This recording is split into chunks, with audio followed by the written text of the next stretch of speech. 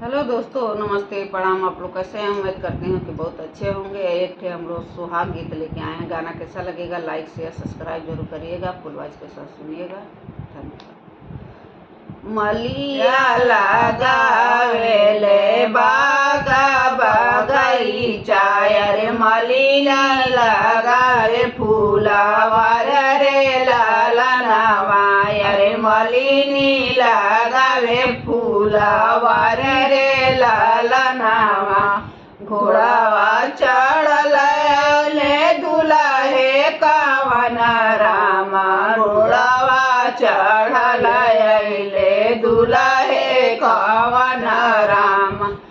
धाई बगियावा में जाई रे लालनवा रे, धाई बगियावा में जाई रे लालनवा। भीतरा से निकली है जनक मालिनिया रे, भैली देवड़िया के खड़ रे लालनवा रे, भैली देवड़िया के ठड़ रे लालनवा।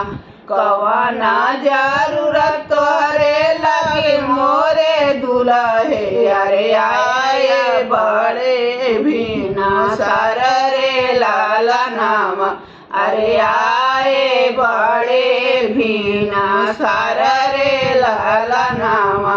हमका तो चाही मालिन सुबह के मऊरा रे, हमका तो चाही मालिन सुबह के मऊरा रे। सीता बियाहे हम जाबे रे लालनवा अरे, सीता बियाहे हम जाबे रे लालनवा। आगे पीछे मालिनिया झालर, आगे पीछे कुछ मालिनिया झालर अरे, बिचावा सुगनावा के ठोड़ रे लालनवा अरे, बिचावा सुगनावा के ठोड़ रे लालनवा।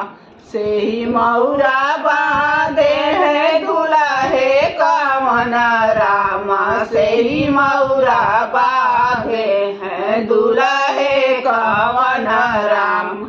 अरे, वादी से चले ससुर रे लालनवा अरे, वादी के चले ससुर रे लालनवा।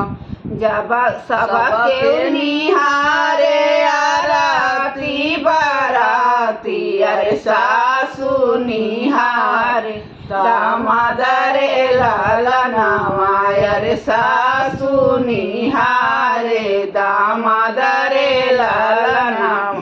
किया तुम्हें हर दुल्हे मलिया के जनमाला, किया तू ही हवा दुल्हे मलिया के जनमाला। किया माला होरिया रौरे बाप रे लालनवा अरे, किया माला होरिया रौरे बाप रे लालनवा। नाही हम हाई सासु मलिया के जनमाला, नाही हम हाई सासु मलिया के जनम। नाही माला होरिया हमारे बाप रे लालनवा अरे, नाही माला होरिया हमारे बाप रे लालनवा। तोहरी बेटिया सासु मलिया के जनमाला, तोहरी बेटिया सासु मलिया के जनमाला। अरे, माली लागे समरे ससुर रे लालनवा, माली लागे ससुर रे लालनवा अरे, माली लागे हमरे ससुर रे लालनवा अरे, माली लगे हमरे अरे, सुनी दामाद के जा बाबा रे लालनवा अरे, सुनी दामाद के जा बाबा रे लालनवा। मलिया लगावे ले बाग बगीचा अरे मालिनी लगावे फूलवार रे लालनावा अरे मालिनी लगावे फूलवार रे लालनावा।